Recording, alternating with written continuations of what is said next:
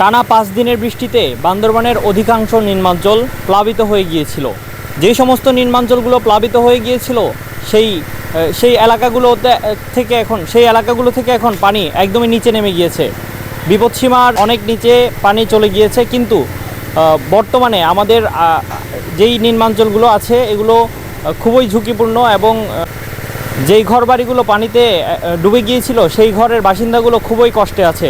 তারা আমাদেরকে জানিয়েছেন যে তাদের ঘরের মধ্যে একদমই কাদা ঢুকে গিয়েছে, এখন তা পরিষ্কার করতে হবে। আমরা যদি আশপাশের কিছু দৃশ্য দেখানোর চেষ্টা করি তাহলে দেখতে পাবো এখানে আপনার বিভিন্ন ধরনের যে এলাকাগুলো আছে, আমরা আশপাশের দৃশ্য যদি দেখানোর চেষ্টা করি, এখানের ঘরগুলো একদমই কাদায় পরিপূর্ণ হয়ে গিয়েছে। তারা বিভিন্নভাবে চেষ্টা করছে এই কাদাগুলো সরানোর, পানির নিচ থেকে পানি তুলে তারা কাদাগুলো সরানোর চেষ্টা করছে।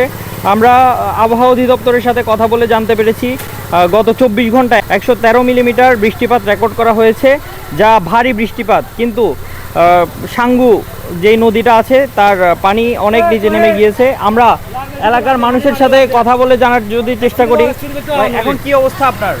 আজি ভালো হয়। এখানে তো বেশিগুলো দেখি যে দেহর হচ্ছিল হাড় হচ্ছিল।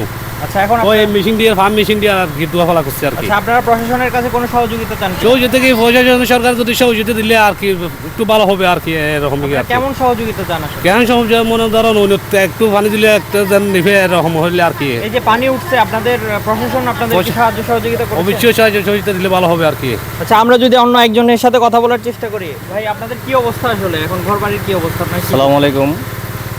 আমাদের বাড়িঘর আসলেই বলার মতো ভাষা নেই।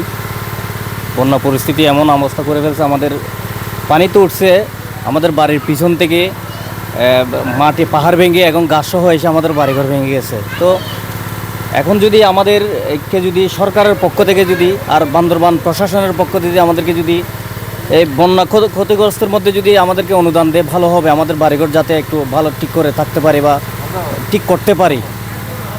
আচ্ছা, আমরা এলাকার বাসিন্দাদের সাথে কথা বলছিলাম, তারা আমাদেরকে জানিয়েছেন যে সরকারের পক্ষ থেকে যদি কোনো ধরনের অনুদান প্রদান করা হয় তাহলে তারা অনেক বেশি উপকৃত হবেন, এবং এই যে ঘরগুলো এগুলো পরিষ্কার করে ফেলেছে অলরেডি। এই ধরনের আরও অনেক ঘর রয়েছে যে এখানে কাদা ঢুকে গিয়েছে, তারা ঘরগুলো পরিষ্কার করার চেষ্টা করছেন। আমরা যদি আপনাদেরকে আরও দেখাই, এখানের মানুষরা খুবই ভোগান্তিতে রয়েছে আসলে। এই ছিল বান্দরবান থেকে সর্বশেষ পরিস্থিতি।